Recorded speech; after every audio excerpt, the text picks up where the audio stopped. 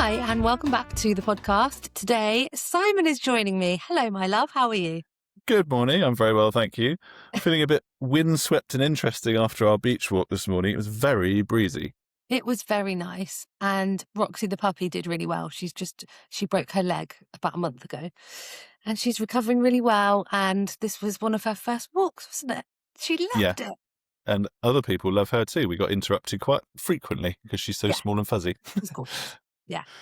So we have had a busy few days, haven't we? Have we just? We've been all over the place. For me, it was a busy weekend. For you, It's just another weekend in the life of Sophie, who pings here, there and everywhere. Yeah, this time I brought you with me. So we went to London to a big business event, which was basically like a couple of hundred people in the room.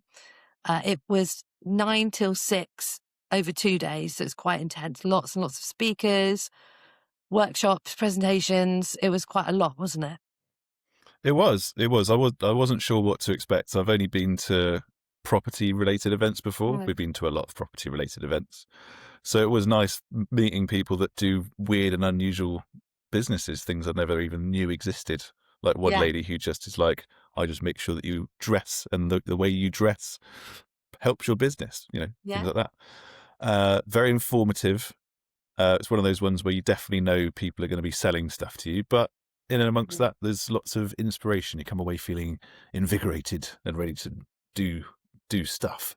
Yeah, and the important thing is actually doing, isn't it? Actually coming away and implementing the things that they tell us to do. Ah, yes. You take a lot of pictures of a lot of slides, but you need to look through and actually look at what's on those pictures, Yeah, I think it can be really important to know that it's not easy for people to walk into rooms like this because the event is so big. But a lot of my business has been done with people I've met face to face. And I think, people were talking about AI a lot. It is so important with the rise of AI to get in the room, to show that you're a human, to build relationships with people, because they're the people that are going to be your best clients. So to anyone listening, I would say get in the room. And it doesn't have to be a 200-person massive business event. Like, you can just go for a coffee with someone. If you're watching someone online or, there's someone local to you doing something similar, or who could help you or advise you or coach you or just be a business friend, because we all need business friends, just reach out to them and say, let's have a coffee, because that will help as well. Yeah, so definitely. I've been to events in the worst ones are in a Holiday Inn boardroom, and it's just grey and there's just someone talking at you all day. I think these events are going to die, because I'm now finding really, really fun ones like the flamingo events and the ones in nature, or we're doing one in the summer, business by the beach. So I think everyone needs to get out there, go to events and just find what floats your boat, what resonates with you. Hell yeah. So many of our businesses just live inside devices and online. And if that's where you do business and it's where your products are, that's fine. But the human touch and interacting with other people is always going to help you. Yeah. So we met lots of interesting people, and it's all really good for social media visibility because we're all tagging each other, we're all sharing, we're all in each other's photos and stuff. So it is really good for that. We had some really nice food, didn't we? Because we live in Dorset, where the options are very limited. But we were like, oh, we're going to have sushi, we're going to have Wagamamas. We had the best curry. And then because we were in Wembley, we treated ourselves to tickets to Starlight Express. One of my which we've only seen 3 times in the last year and a half. Yeah.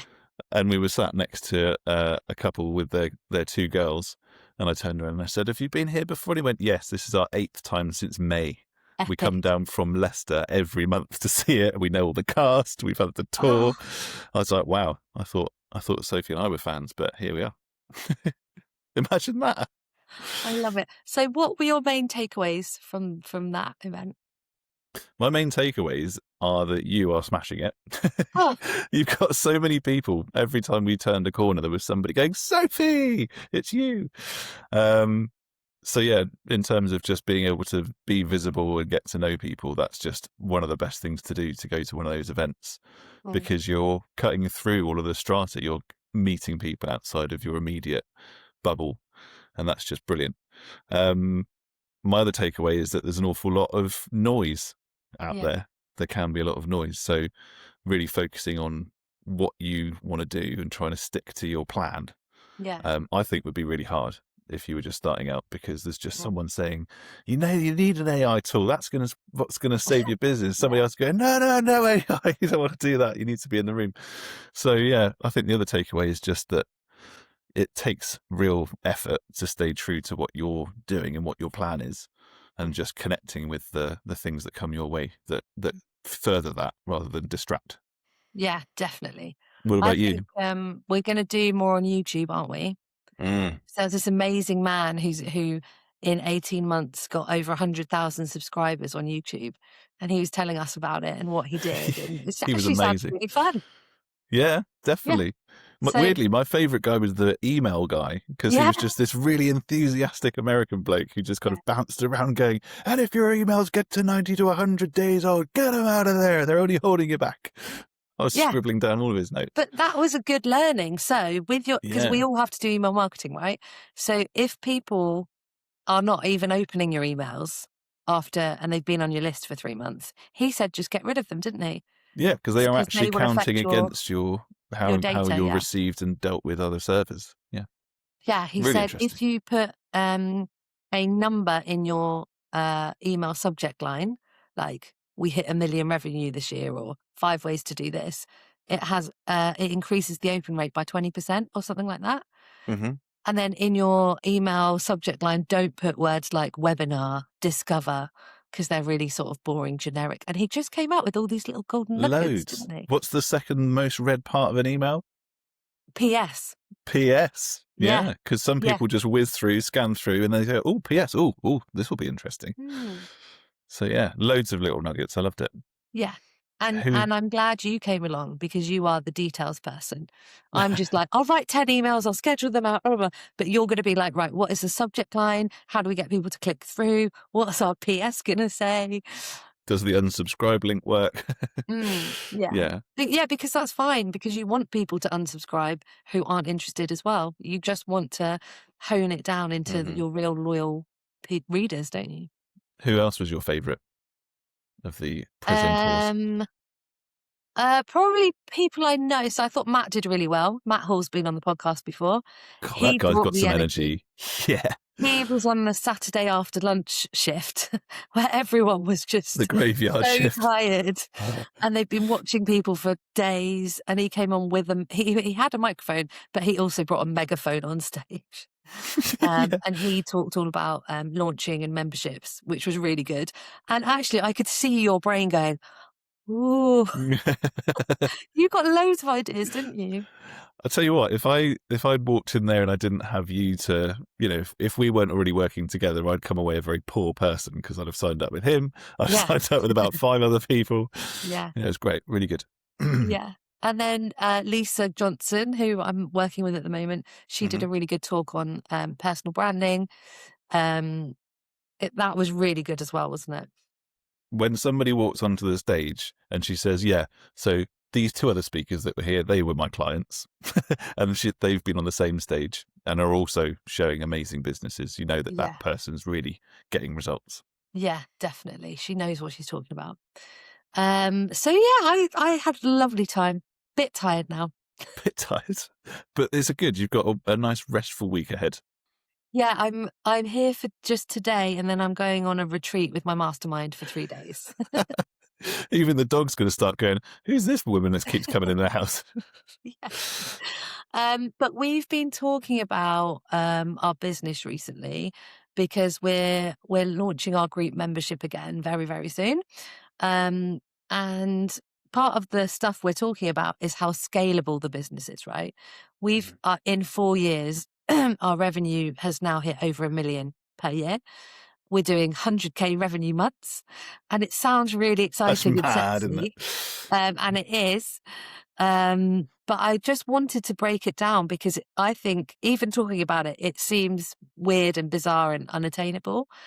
So I thought we could kind of break down what that looks like for people and show how you can scale your business. Does that Yeah. sound good? Yeah, definitely. Because it sounds great, but then if you think about it, what does that really mean on a day-to-day basis? Does that mean you're dealing with loads of people? Does that mean you're dealing with loads of systems? Is it Mm. messy or not? Yeah. So should we show everybody? Yes. So we've basically got this one model that you can apply to a house, and then we've just done that 40 times basically in our business, haven't we? Yeah. So the basic model is we take an old student house and we rent it off a landlord for 5 years.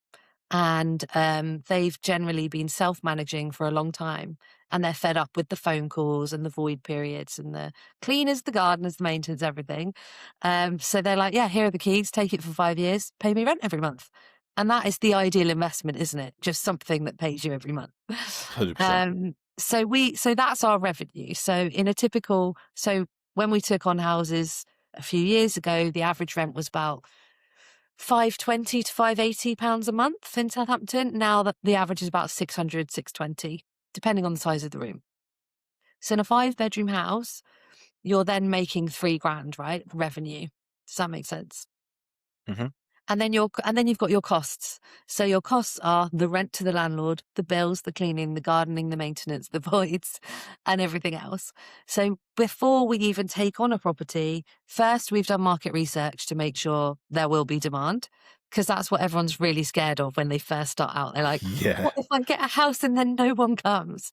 I've You know, signed a 5-year very lease and nobody wants the yeah, room. yeah. So you have to start with market research. That's what we do with everyone. Make sure there's good demand. And actually, we're in a massive housing crisis, so there's loads of demand everywhere. So it's a good model. So you're going to fill your rooms. Then you've got all your costs. So before we've even taken on a property, we've analysed it, haven't we? We've got a really good spreadsheet, deal analyzer, that we give to all our clients. And it just goes, here's your income, here's your outgoing, here's your net profit. And the net profit needs to be a certain amount, between £500 and £1,000 per month, which is great.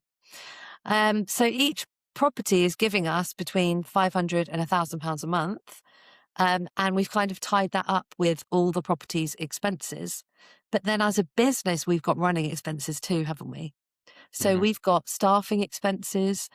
We've leased a car through the business. We've got accountancy, all the software we use and stuff like that. So that also has to come off the bottom line. So when we say we're making £1 million a year, we're making £100,000 a month, that's not us personally. That's the top line revenue of the business. So then you take all of the costs off, and then you get your gross profit. Then you take your running costs and you get your net profit. So I remember in the early days, we were making 20, 30, 40,000 pounds a month, but we were only paying ourselves 700 quid or 1,200 quid because we were paying into the business as well. We were investing. Each time we took a property on, we'd have to pay to make it nice. So that's when you get the cash flow roller coaster, don't you? That was the scary bit in the first Yeah. couple of years. Yeah, that's the 2 and 3 month kind of scale roller coaster.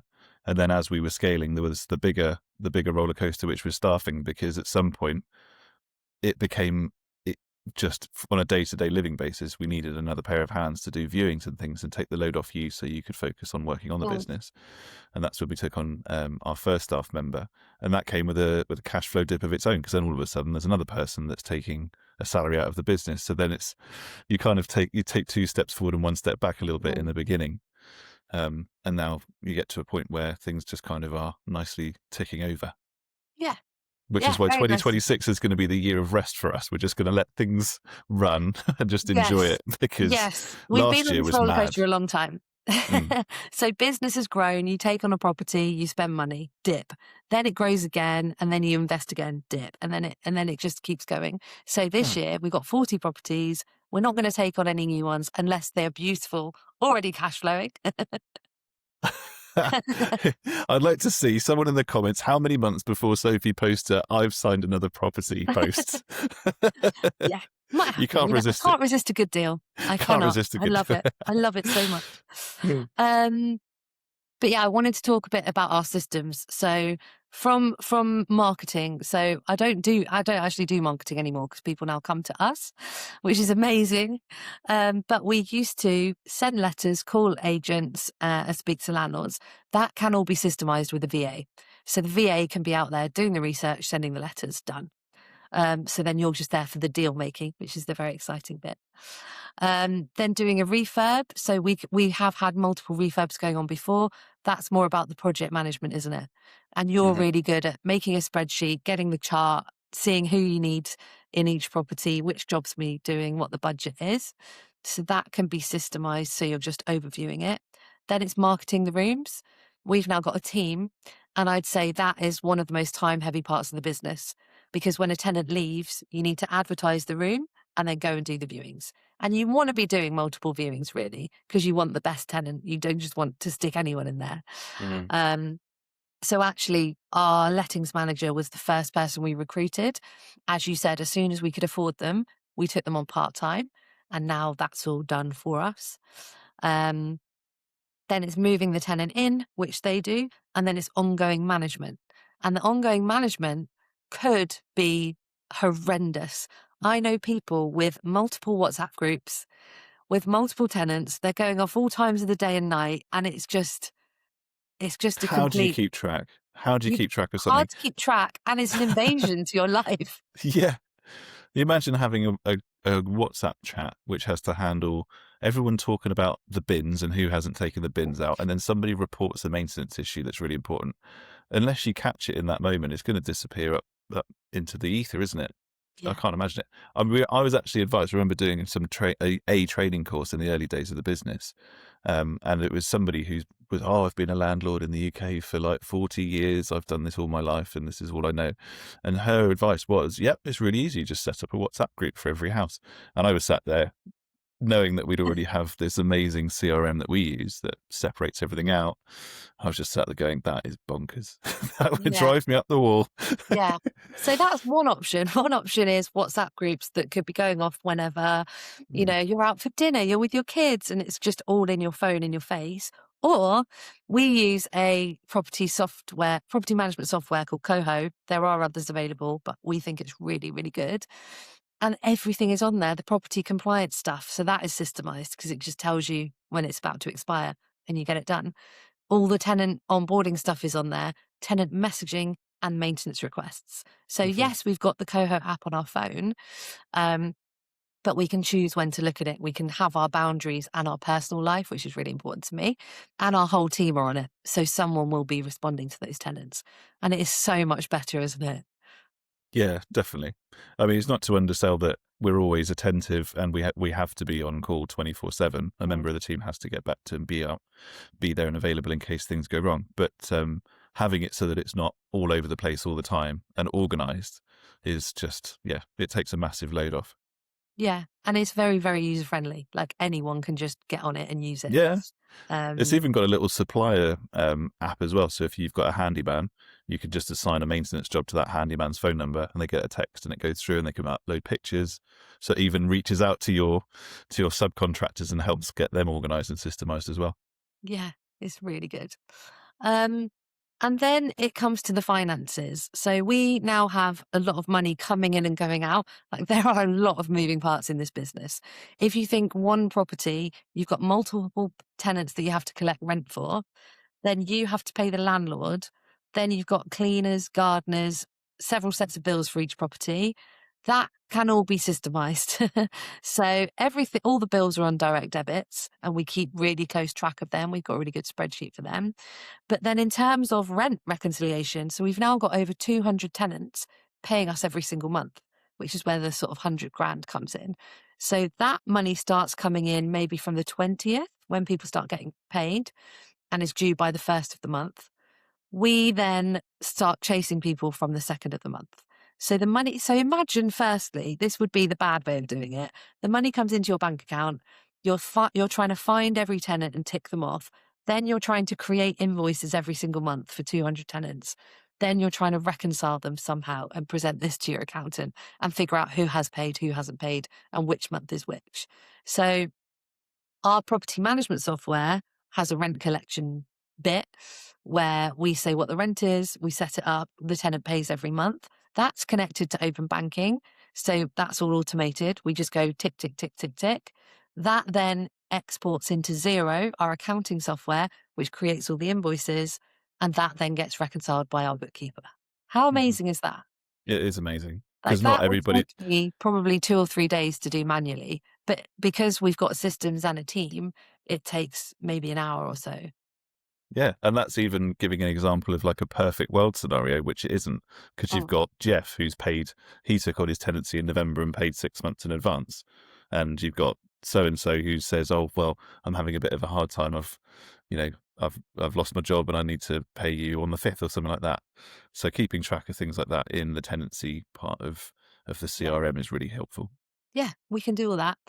But, so for us, from a working on the business rather than in the business, sort of high level point of view, the only work we have to do around this is overseeing that it all happens, which it does.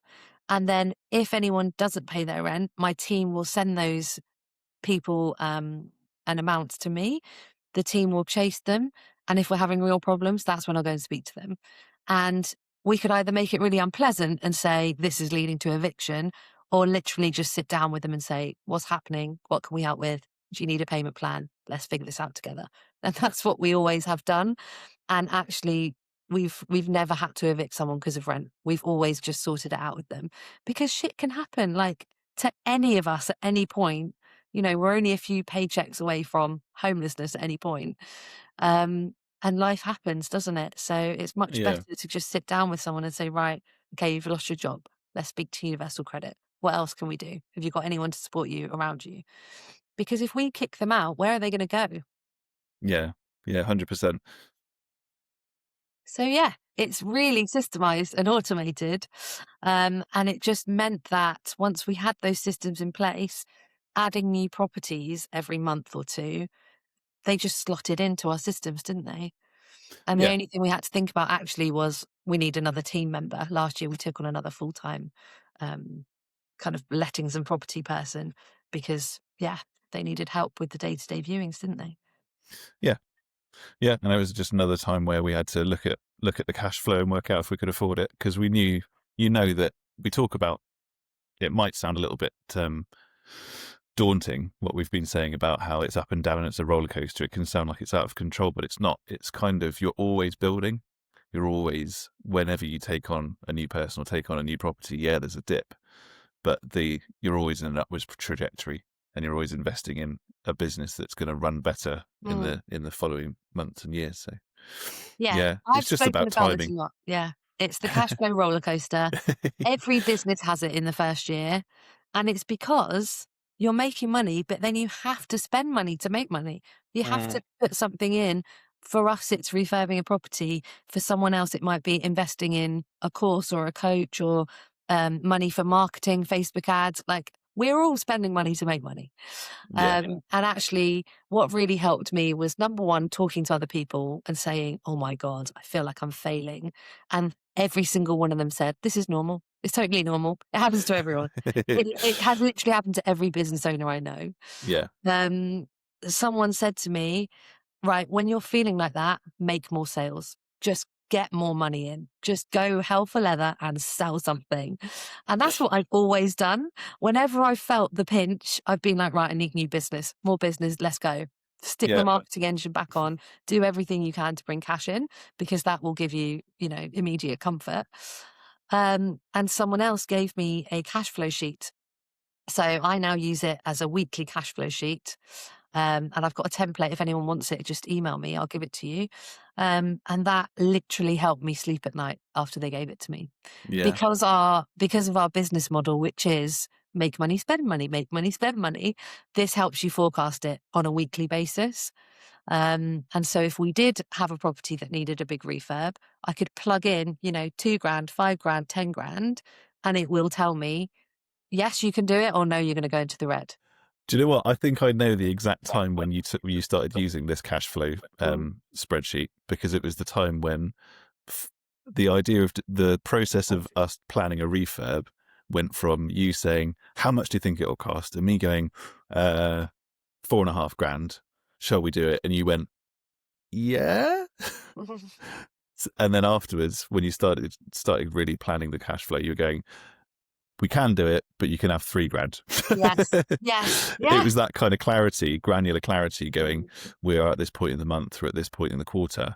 that actually we're going to have to spend a bit less, or maybe spend a bit more and then be able to charge a bit more for the rooms once they're done. Yeah, you have to know your numbers, and you have to it's not maths, it's not hard, it's just plugging numbers in and making sure you're still in profit. That's it. Let's just keep it simple. We It's just like a need to little be crystal. profitable. It's like having a little crystal ball. It's great. Yeah. Yeah. So what would you say? I know we've kind of talked about not everybody in the whole world that's doing what we do wants to be a Sophie and Simon. Not everyone wants it to be this big only thing that they do.